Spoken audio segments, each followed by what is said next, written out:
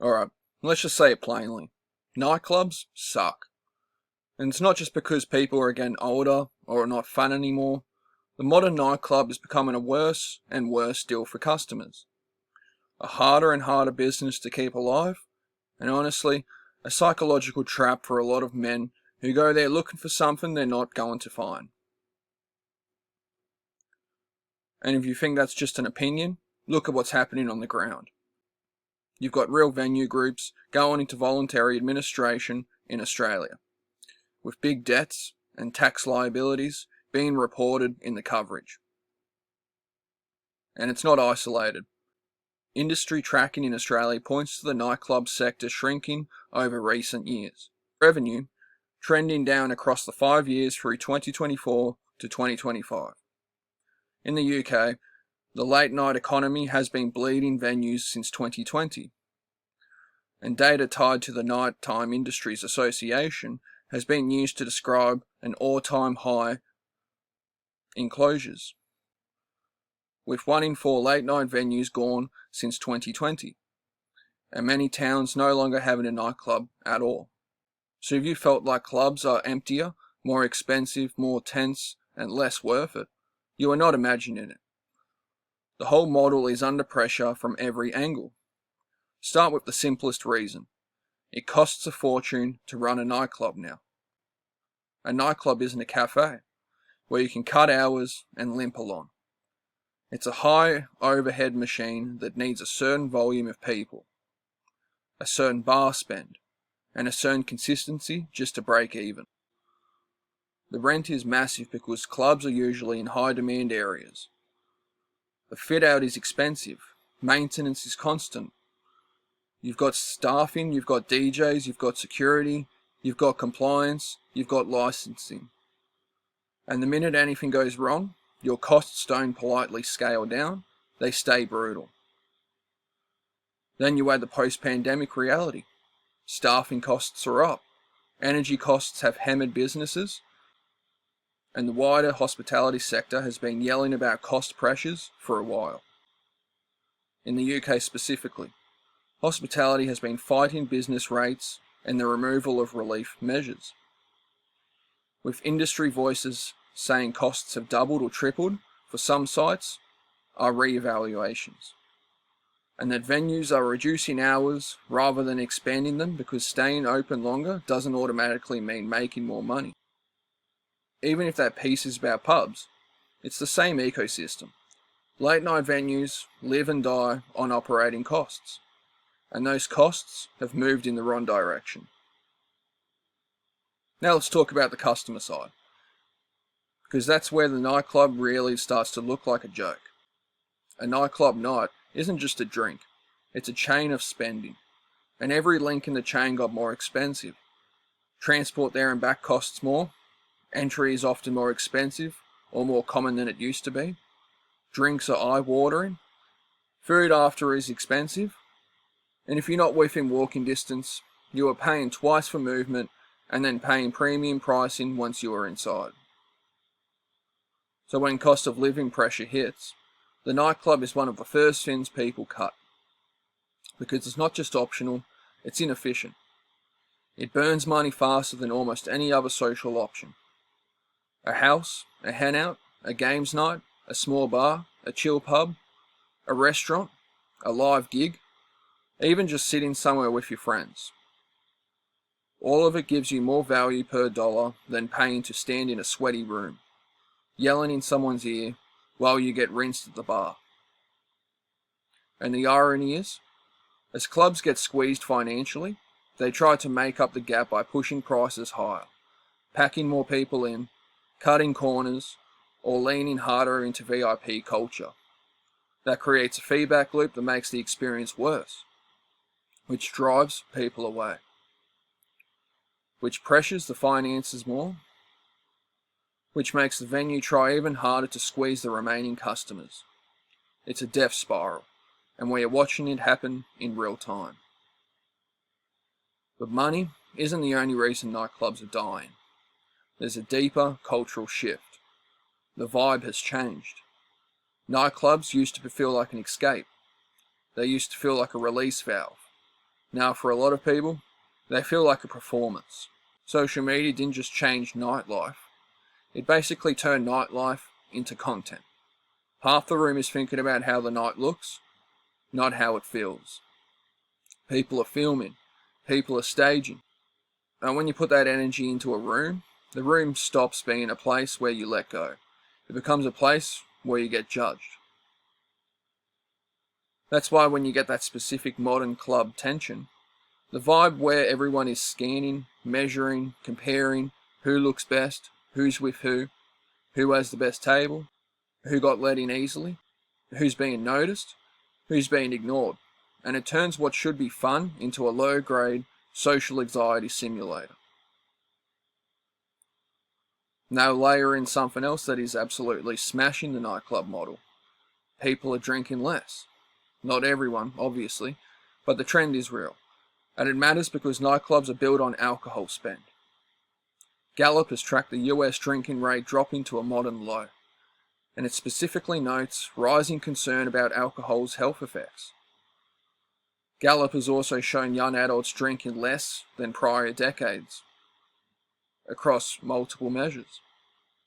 And broader reporting has connected Gen Z's reduced drinking to a mix of health awareness, risk perception, and shifting social habits. When people drink less, nightclubs don't just lose a little revenue. They lose the core engine that makes the model work. Because the nightclub isn't really selling music, it's selling a high margin bar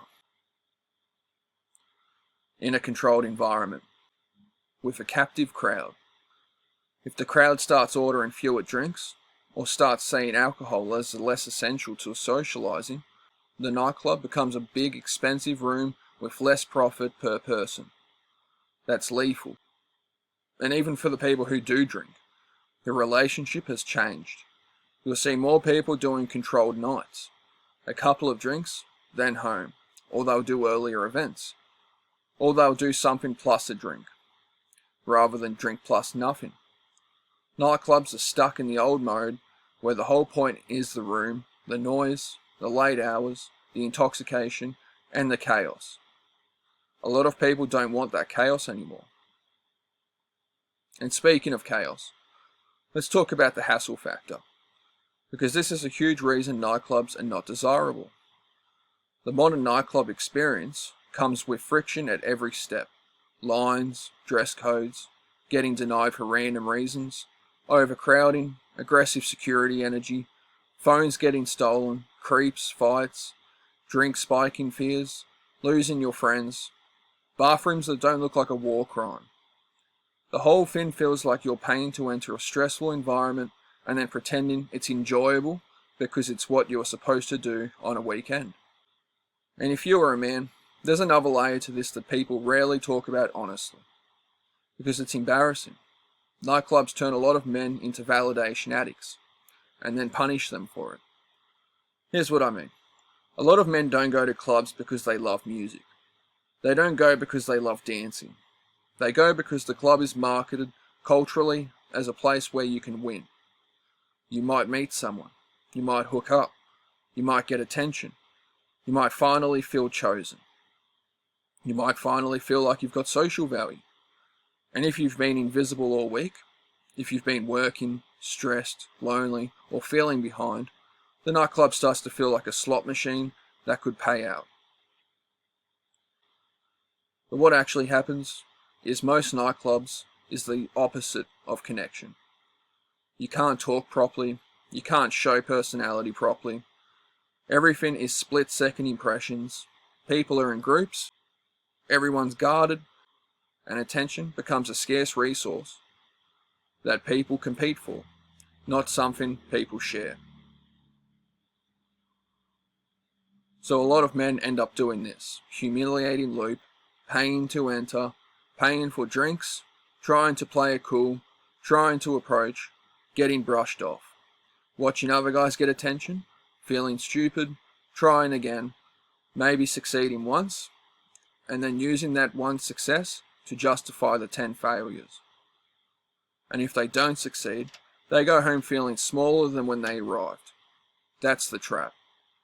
The club takes your money, takes your time, And for a lot of men, it also takes your dignity. Not because women owe anyone attention, obviously they don't, but because the environment is designed to make attention feel like currency. It's designed to make validation feel like the point. And once you buy into that, you are not going out to have a good night. You are going out to prove something. And that is why nightclubs are not desirable. Because they turn social life into a scoreboard. They turn romance into a numbers game. They turn men into performers and women into judges. And everyone into a product. It's shallow by design. And the more you engage with it, the more it trains you to think you are only as valuable as the reaction you can pull from strangers in a loud room. Now I want to zoom out to the business side again, because this is where everything connects.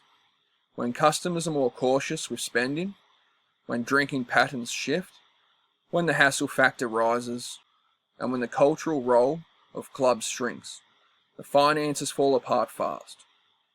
That's why you see major warnings in the UK about entire towns losing nightlife venues and the late night footprint collapsing since 2020.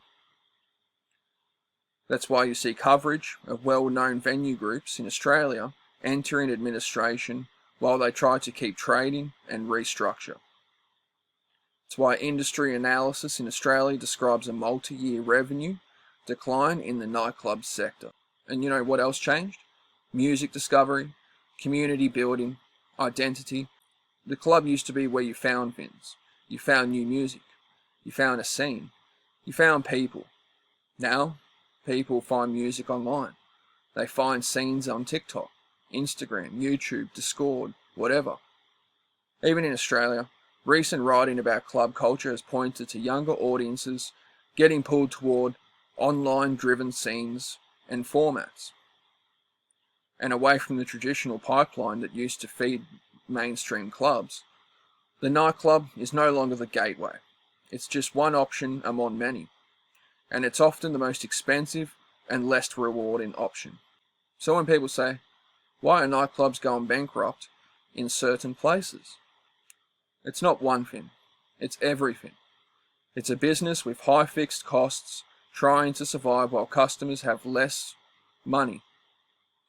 Alcohol consumption trends are shifting, and the culture has moved from escape to performance. And on top of that, the experience itself has become a hassle. And for a lot of men, it's become a validation trap that leaves them emptier than when they walked in.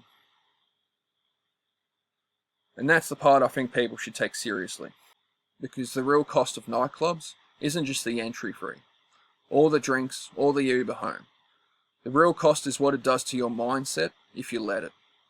If you start treating attention as proof of worth, you'll never feel stable, or you'll always be chasing. You'll always be comparing. You'll always be trying to win a room that doesn't even care you exist.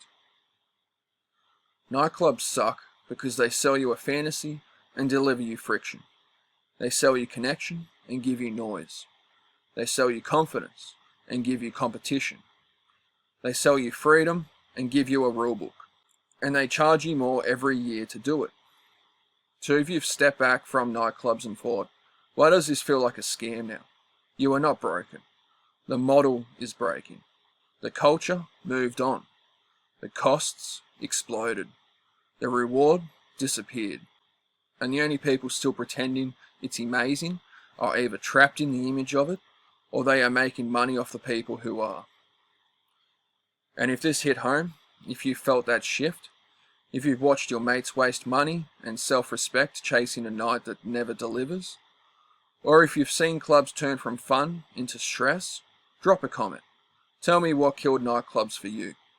Was it the cost, the vibe, the safety, the social media performance, or just the realization that the whole thing is built to drain you? Because the truth is, you don't quit nightclubs because you got old. A lot of people quit because they finally see what it is. And if you want more content like this, hit like, subscribe, and I'll keep saying the quiet parts out loud. Thank you, and talk soon.